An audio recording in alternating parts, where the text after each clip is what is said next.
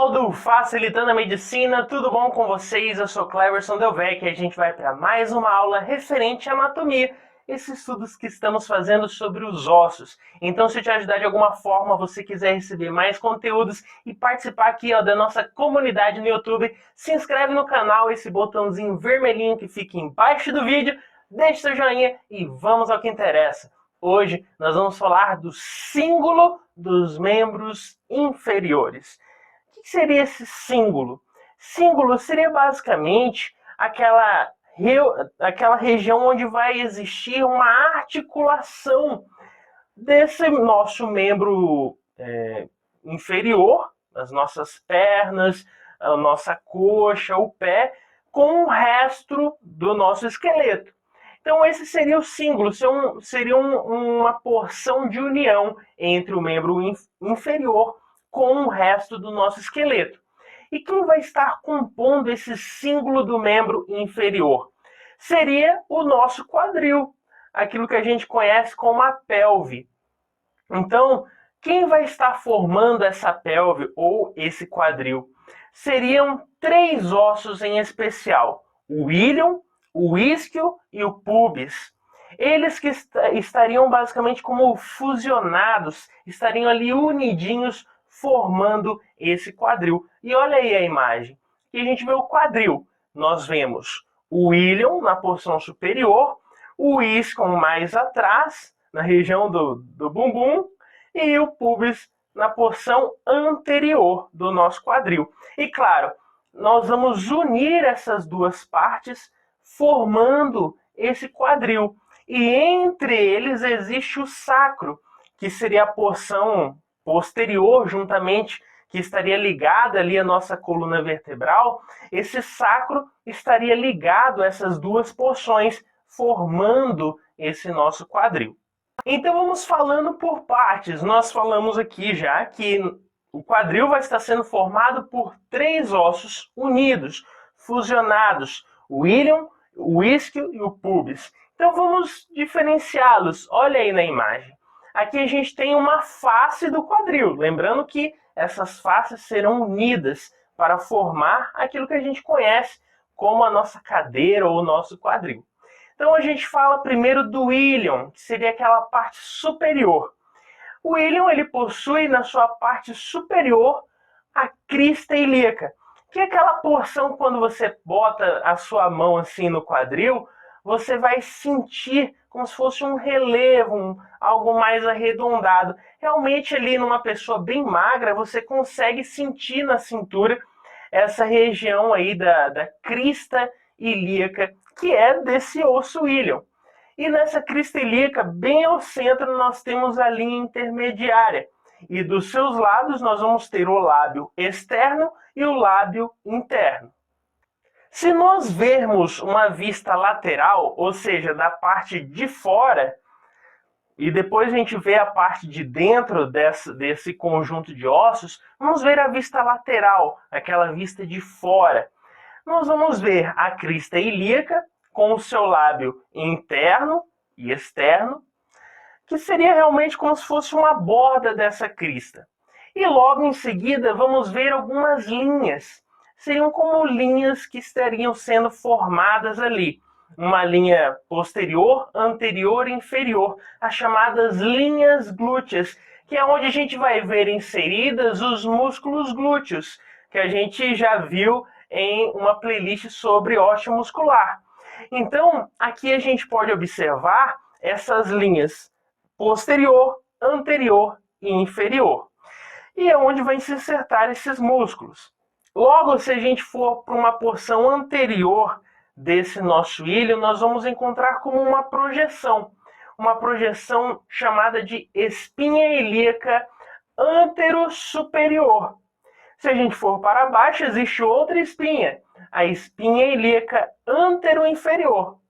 Se a gente for na mesma extremidade, agora para o lado posterior, também vamos ver essa espinha, a espinha ilíaca póstero-superior.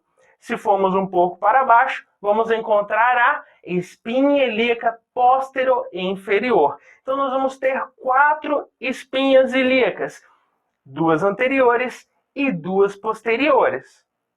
Agora, se a gente pegar esse íleon bem nessa porção da espinha ilíaca póstero-inferior, ali naquela região posterior, e seguirmos em uma direção ali mais inferior para baixo, nós vamos encontrar como se fosse um buraco ou uma incisura realmente. Essa incisura que a gente vê é chamada de incisura isquiática maior.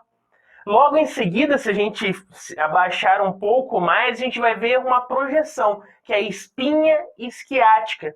E descendo mais embaixo, né? Descendo embaixo é meio redundante, mas vindo mais inferior, a gente vê outra incisura, que a gente vê na imagem, que é a incisura isquiática menor. Então veja, nós temos uma incisura isquiática maior, depois vem a espinha isquiática e depois uma incisura isquiática menor. Tranquilo? E logo em seguida a gente vê como se fosse uma rugosidade. Você consegue perceber na imagem? Pois é, essa porção que a gente viu da incisura isquiática maior, espinha isquiática, incisura isquiática menor, isso daí já estamos nos referindo sobre o isquio, que é outra parte que vai estar conformando esses ossos aí em conjunto. O isquio é outro osso. Então a gente vê nessa parte mais rugosa o túber isquiático.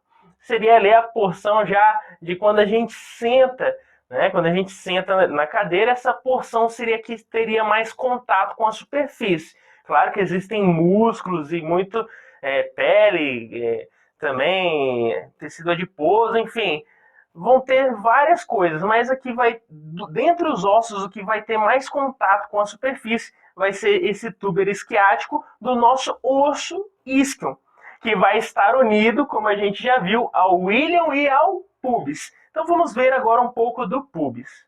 Bom, quando nós falamos do pubis, logo em seguida que já falamos do isquion, ele vai ter um ramo superior desse pubis, que a gente vê na imagem, e um ramo inferior. E nessa porção do ramo superior, nós vamos ver um tubérculo do pubis. Um tubérculo seria uma projeção nessa região superior. E o mais interessante, galera, é que essa porção de união entre o isquio e esse pubis vai ser uma reunião onde formará um buraco ali, se assim a gente pode dizer. Ou, melhor dizendo, um forame. Esse forame é chamado de forame obturado. Então lembre-se, o isquio unido ao pubis vai formar um forame entre eles, que é o forame obturado. E lembrando, a união desse nosso íleon, isquio e pubis vai formar, né, numa região central, a região do acetábulo. E isso numa vista lateral. O que é esse acetábulo? É onde vai se enquadrar ou se encaixar a cabeça do nosso fêmur, que é o osso da nossa coxa. Então lembre-se, a união do íleon, do isquio e do pubis vai formar esse acetábulo, que é a região onde a cabeça do fêmur irá se articular. Aí você pensa, puxa, então o que vai favorecer com que essa cabeça do fêmur permaneça nessa região do acetábulo? Porque ele parece meio, né, frouxo, meio sem conexão, algo que pode ser deslocado. Sim, galera, parece, mas existem ligamentos que vão facilitar com que essa cabeça do fêmur fique nessa região do acetábulo. E que ligamentos seriam esses? Aqui a gente pode destacar 3 principais. Seria um que sai do íleon e se liga no fêmur, que é o chamado ligamento ilio-femoral. Existe um que sai do isquio e se liga no fêmur, que é o chamado isquio-femoral. E existe um que sai ali da região do pubis e se liga no fêmur, que é o chamado ligamento pubo-femoral. Tranquilo? Além também dos músculos que vão auxiliar com que essa articulação permaneça ali conservada, intacta, sem que ela seja deslocada, beleza? Mas o que a gente tem que destacar aqui é que a cabeça do fêmur vai estar fixada, ou vai estar se articulando com essa região do acetábulo, que é uma vista lateral da nossa cadeira, do nosso quadril. Então a gente viu uma vista lateral, uma vista medial, ou seja, aquela porção que a gente vê dentro de nós, aquela porção que a gente vê do nosso ilho, do nosso isquio e do nosso pubis, olhando de dentro, ou uma porção medial. Olha aí na imagem, aqui a gente vê o íleon, também com sua crista ilíaca, as suas espinhas, espinha ilíaca antero-superior, espinha ilíaca antero-inferior. Também na porção posterior vamos ver as espinhas ilíacas póstero-superior e póstero-inferior. Vamos ver o corpo do íleon, ali sem nenhuma linha, apenas o corpo de uma forma lisa. Vamos ver ainda seguido uma linha arqueada em direção a esse pubis. O pubis que a gente vai ver, que possui o seu ramo superior e inferior, com o seu tubérculo púbico, porém a gente vê e nota a face sinficial, que é onde vai estar as sínfises púbicas, ou sínfise púbica, que vai estar unindo esses dois conjuntos de ossos para formar o nosso quadril, como a gente percebe nessa imagem. E claro, galera, nessa porção do íleon, que é mais medial, a gente vai encontrar a tuberosidade do íleon, que seria uma superfície mais rugosa, que seria seguida pela região da face auricular do sacro, que é exatamente nessa região auricular do sacro, que está nesse íleon, seria a região onde o sacro, que faz parte da nossa coluna vertebral, que irá se ligar com esse nosso quadril. Então, nessa região do íleon, essa região da face auricular do sacro, é onde o sacro irá se articular com o íleon, ligando essa porção de trás, né? Essa porção de trás do nosso quadril. Então, lembre-se, na porção anterior, nós vamos ter esse conjunto de ossos unidos na região anterior pela sínfise púbica. Lembra da face sinficial que a gente falou? Olha na imagem. A gente vê a sínfise púbica na região anterior sendo unidas. Essa sínfise púbica vai estar unindo ali essa região anterior por meio do pubis. Já na região posterior, quem vai estar unindo será esse íleon por meio da união com o sacro, que vai estar compondo também a coluna vertebral. Tranquilo? E claro, na região aí, seguindo para o isquio, a gente vai ver o que a gente já citou. Vamos ver essa porção mais rugosa do isquio, com o corpo do isquio e o tuber isquiático. E claro, galera, a gente não pode esquecer do que a gente já citou.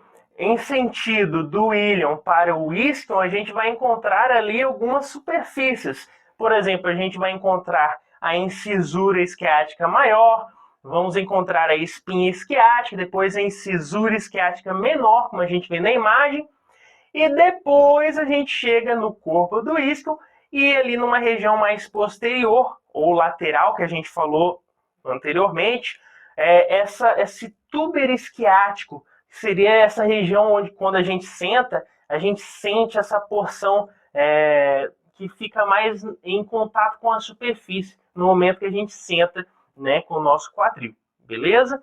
E existe ainda algo anatômico importante a gente se destacar aqui, que seria uma pelve verdadeira e a pelve falsa. A pelve verdadeira, ela seria menor do que a pelve falsa. A pelve falsa que eles falam seria logo na abertura, na região da abertura do íleon, nessa região superior. Já a pelve menor ou pelve verdadeira, ela estaria ali numa porção inferior ao íleon, já numa região mais profunda, onde a gente poderia encontrar, por exemplo, na mulher, o conjunto dos órgãos reprodutores, por exemplo. Então a gente tem uma pelve verdadeira e uma pelve falsa, e a imagem vai exemplificar muito melhor com o que eu estou falando. Uma pelve verdadeira que é menor e uma pelve falsa que é maior. Então, pessoal, com isso fizemos mais um resuminho. Se eu te ajudei, deixa seu joinha, se inscreve no canal e vamos continuar com nossos estudos. Valeu?